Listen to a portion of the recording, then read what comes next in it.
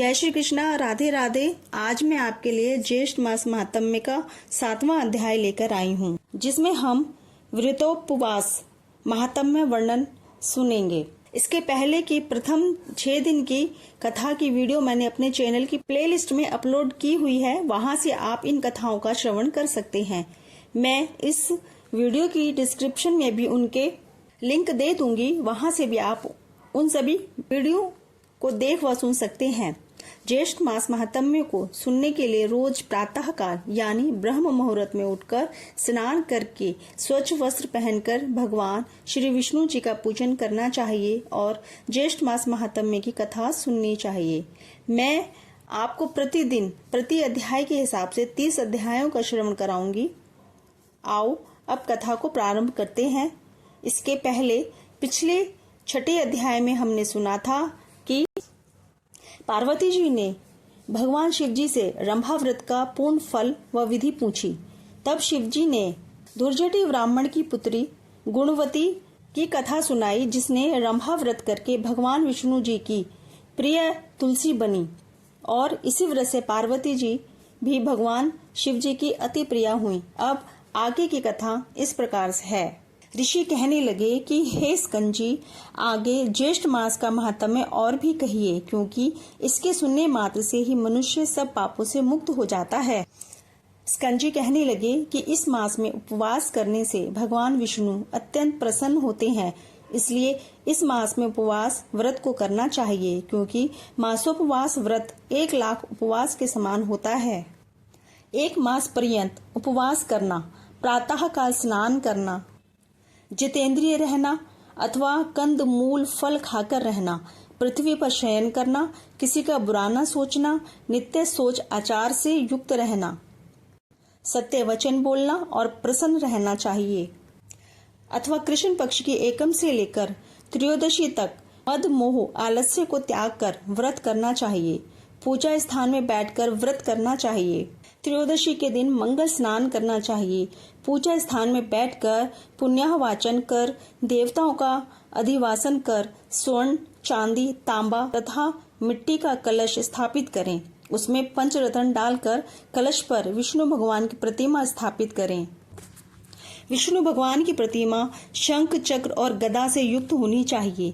लक्ष्मी जी गरुड़ की स्वर्ण से युक्त प्रतिमा होनी चाहिए। अपने ग्रह सूत्र के अनुसार प्रथम ब्रह्मादि मंडल देवता की स्थापना करें। 4 द्वार से शोभित पुष्पों का मंडप बनाएं।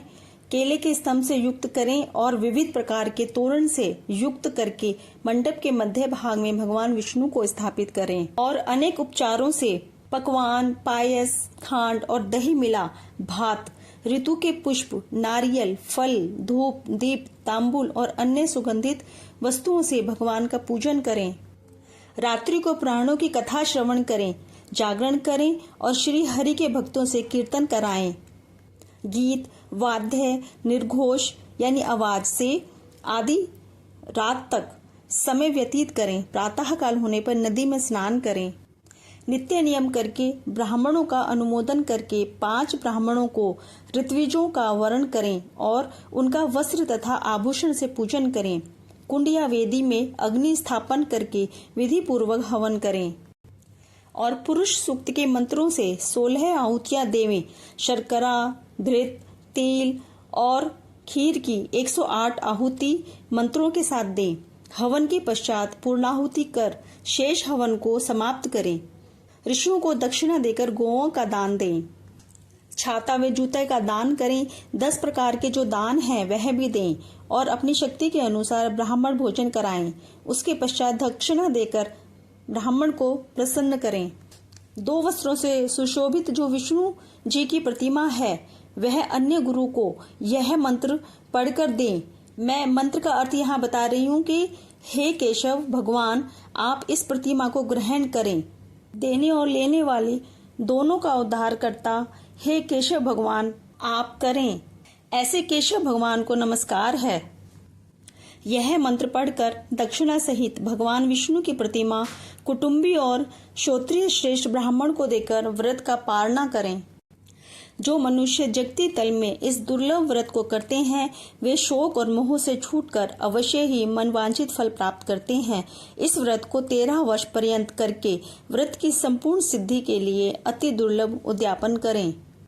प्रथम सपत्नीक 13 ब्राह्मणों को निमंत्रित करके उनका वस्त्राभूषण से पूजन करें और 13 गौओं का दान करें जो कि वस्त्र आभूषण और वस्त्रों से युक्त हों, बलवान और बहुत दूध देने वाली हों। गायों के साथ यथाशक्ति दक्षिणा देकर ब्राह्मणों को भूयसी दक्षिणा देवें।